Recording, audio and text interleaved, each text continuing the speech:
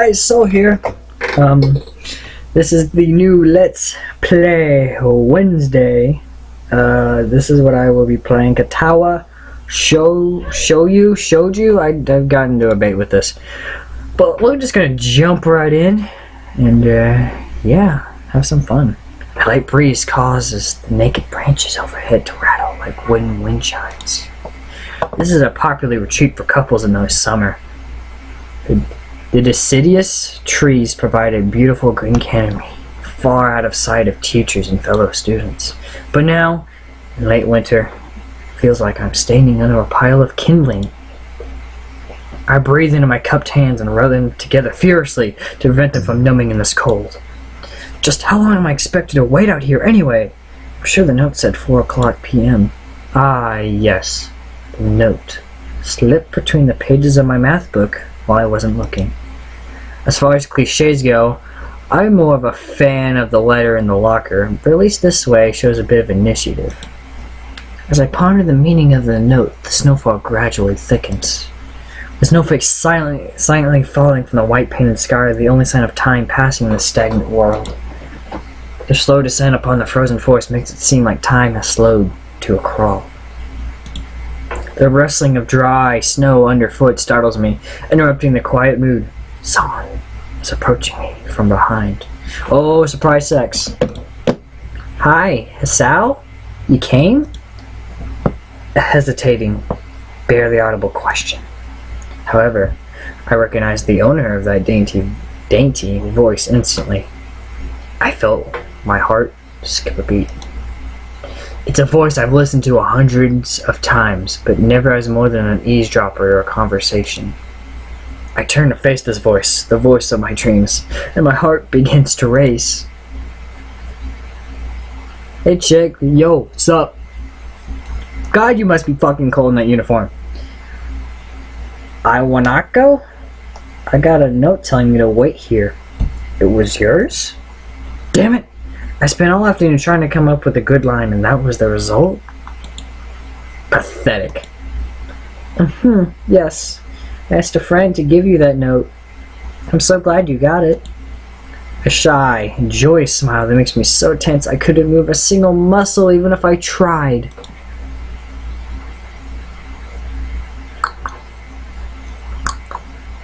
My heart is pounding now, as if it was trying to burst out from my chest and claim this girl for itself. So, here we are, out in the cold. Once again, the wind stirs up the branches. The cacophonious noise is music to my ears. Iwanako flinches ever so slightly against the gust of the wind. As it passes, she writes herself, as if supported by some new confidence I cannot read today. Her eyes lock with mine, and she lazily twirls her long, dark hair around her finger. All the while, the anxious beating of my heart grows louder. My throat is tight. I doubt I can even force a word out if I tried. You see, I wanted to know if you'd go out with me. I stand there, motionless, save for my pounding heart. I want to say something in reply, but my vocal cords feel like they've been stretched beyond the breaking point. Sal? I reach up to try to massage my throat, but that only sends spikes of blinding pain along my arms. Sal? My whole body freezes, save for my eyes, which shoot open in terror.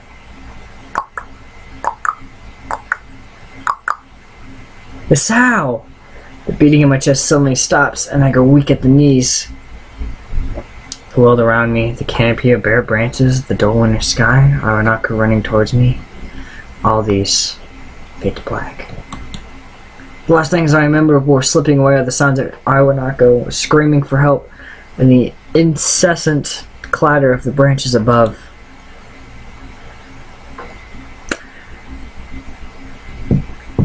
Sorry if you guys don't hear any sound.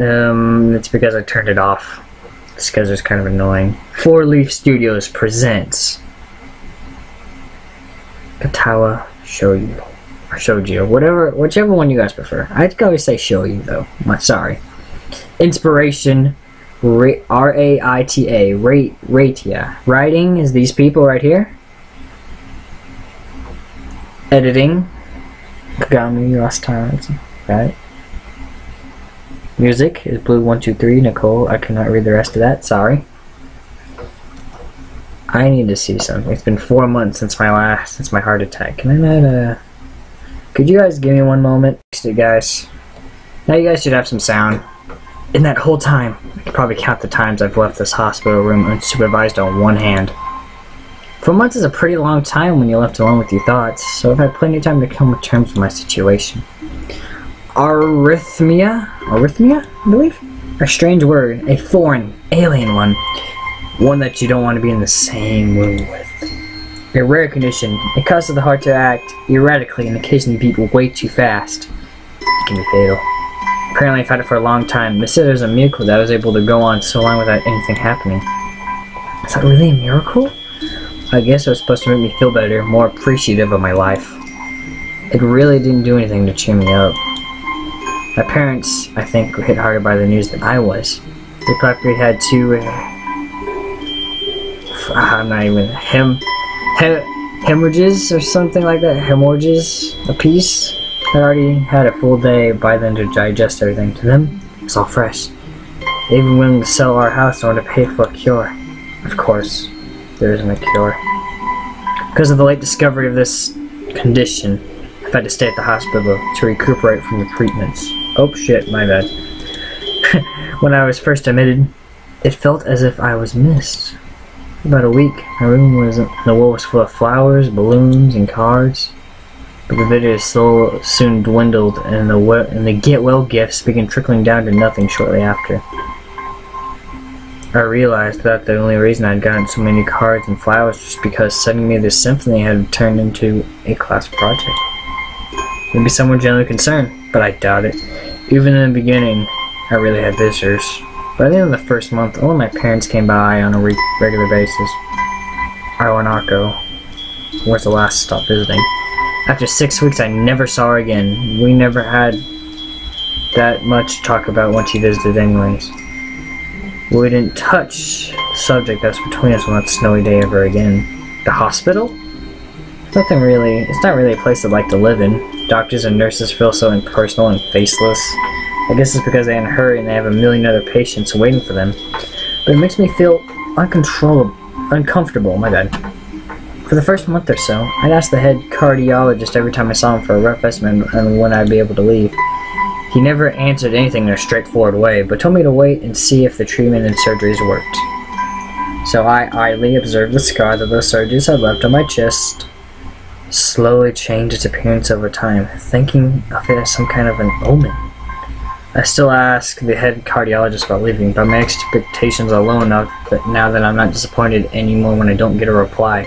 The way he shuffles around the answer shows that there is at least some hope. At some point, I stopped watching TV. I don't know why. I just did. Maybe it was the wrong kind of escapism for my situation. I started reading instead. There was a small, in quotes, library at the hospital. Although it was more like a storeroom for books, I began working my way through it, one small stack at a time. After consuming them, I would go back for more. I found that I liked reading. I think I became a bit addicted. I started feeling naked without a book in my hands, but I loved the stories. That was what my life was like. They just become increasingly harder to distinguish from each other, differing only by the book I was reading and the weather outside. I felt like time blurred into some kind of gooey mass I was trapped inside. It's in the moving within. A week could go by without me really noticing it. Sometimes I'd pause in realization that I didn't even know what day of the week it was. But other times, all the things that surrounded me would painfully crash in my consciousness through the barrier of nonchalance I had set up for myself. The pages of my book would start to feel sharp and burning hot, and the heaviness of my chest would become so hard to bear that I put the book aside and just lay down for a while, looking at the ceiling as if I was going to cry. But that happened only rarely. I couldn't even cry. Today, the doctor comes in and gives me a smile. He seems excited, but not very. It's like he's trying to make an effort to be happy on my behalf. My parents are here. It's been a few days since I've last seen them. Both of them are even sort of dressed up. Is this supposed to be some kind of special occasion? It's not even a party. There is this ritual the head cardiologist does. He takes his time sorting his papers, then setting them aside as if to make a point of the pointlessness of what he just did. Then he casually sits down on the edge of the bed next to mine. He looks me in the eyes for a moment. Hello, Sal. How are you today? I don't answer but to smile a little back at him. I believe that you can go home. Your heart is stronger now, and with some precautions, you should be fine. We have all your medication sorted out. I'll give your father the prescription. The doctor hands a sheet of paper to my dad. His expression turns wooden as he reads it quickly. So many. I take it from his hand, take a look at myself, feeling enough. How am I supposed to react to this? The absurdity of the long list of medications staring back at me from the paper seems insurmountable. They all blend together in a sea of letters. This is insane. Side effects, adverse effects, contradictions, and doses, all listed line after line with cold precision. I try to read them, but it's so futile. I can't understand any of it. Attempting to only makes me feel sicker. All of this for the rest of my life? Every day? I'm afraid this is the best we can do at this point. However, new medications are always being developed, so I won't be surprised to see that list fade over the years. Years? What kind of confidence booster is that? I'd feel better if you hadn't said anything at all. Also, I've spoken with your parents and we believe that would be best if you don't return to your old school. What? Please, calm down, Hassel. Listen to what the doctor has to say. Calm down. The way he says it tells me he knew full well that I wouldn't like it. Am I going to be homeschooled? Whatever of my concern shows, it's ignored. I want to understand that your education is paramount. However, I don't think it's wise for you to be without supervision. At least not until we're sure that your medication is suitable. So I've spoken to your parents about a transfer. It's a school called Yamaku Academy that specializes in dealing with disabled students. Disabled? What? Am I? There's a 24-hour nursing staff and it's only a few minutes from a highly regarded general hospital. The majority of students live on the campus. Think of it as a boarding school of sorts. It's designed to give students a degree of independence while keeping help nearby. Independence? It's a school for disabled kids. Don't try to disguise that fact. If it was really that free, there wouldn't be a 24-hour nursing staff, and you wouldn't make a hospital being nearby as a selling point. Of course, that's only if you want to go, but your mother and I aren't really able to homeschool you. We went out there and had a look a couple weeks back. I think you'd like it. Looks like I really don't have a choice. Compared to other heart problems, people with your condition usually tend to live long lives. You'll need a job one day, and this is a good opportunity for you to continue your education. This is an opportunity. Don't call it an opportunity. Don't call it a goddamned opportunity.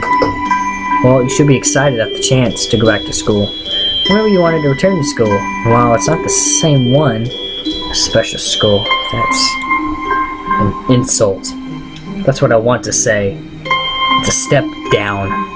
It's not what you think. All the students there are pretty active in their own sort of way.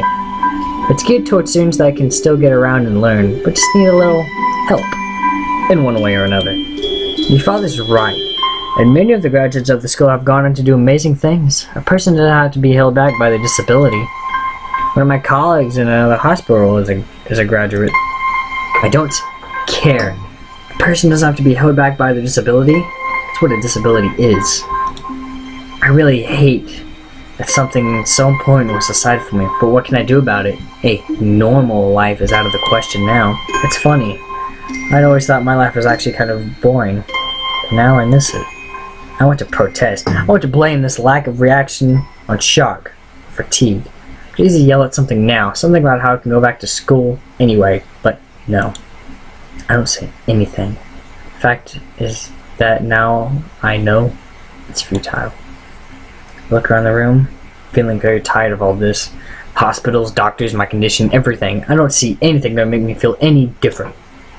There really isn't a choice, I know this, but the thought of going to a disabled school, what are those even like? As much as I try to put a positive spin on this, it's very difficult. But, let me try. A clean slate isn't a bad thing. That is all I can think of to get me through this. At least I still have something, even if it is a special school. It's something. It's a fresh start, and my life isn't over. It'd be a big mistake just to resign myself to thinking that. At the very least, I'll try to see what my new life will look like.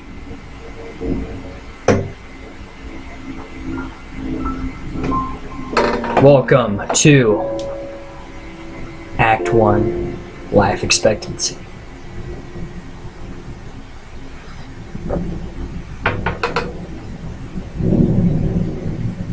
The entire thing was just a prologue there. The guy looked far too pompous for what it was. Yeah, no kidding. Holy crap.